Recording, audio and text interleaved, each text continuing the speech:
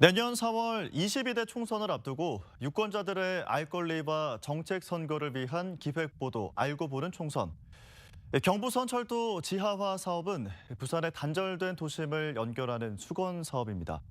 각 정당의 중앙당 입장에서 어떻게 생각하는지 국회를 찾아 당 대표들에게 직접 물었습니다. 이두원 기자입니다. 경부선 화명역에서 부산 진역까지 17km 구간.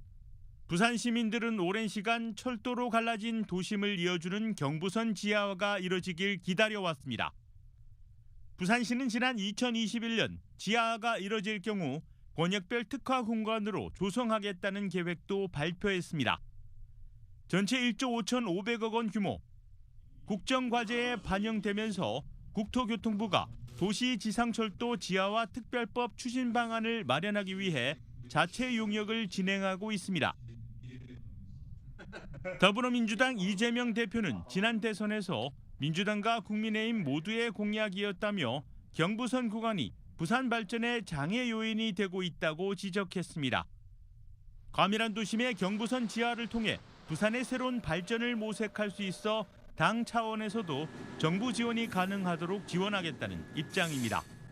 지역 발전에도 매우 장애 요인이기도 하고 또 부산이 매우 과밀하기 때문에 지하화를 통해서 부산의 새로운 발전을 좀 기획할 수도 있겠다는 생각 때문에 지금도 여전히 관심 갖고 있습니다. 정의당 이정미 대표는 지역 균형 발전 차원의 사업 추진을 위해 경부선을 잇는 지역의 주요 지자체장들이 공동 협의 기구를 구성해 함께 힘을 모아야 한다고 밝혔습니다.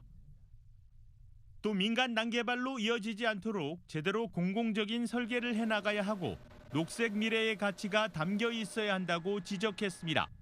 이런 큰 국책 사업이 민간 주도 개발로 진행되면서 이것이 민간 난개발로 또 이어질 우려가 매우 크기 때문에 공공이 이 설계를 제대로 해 나가면서 진보당 윤희숙 대표는 경부선 철도 지하화가 반드시 필요하며 부산의 도심속 면적이 넓지 않은 만큼 지하화 구간의 녹지 확보가 중요하다고 강조했습니다.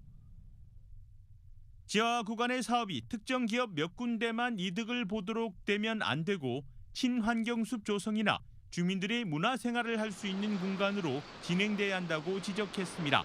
부산의 발전에 도움이 되는 방향에서 친환경, 도시 숲을 조성한다던가 주민들이 문화생활을 할 수 있는 공간으로 개발할 수 있도록 함께 진행되어야 한다고 생각합니다.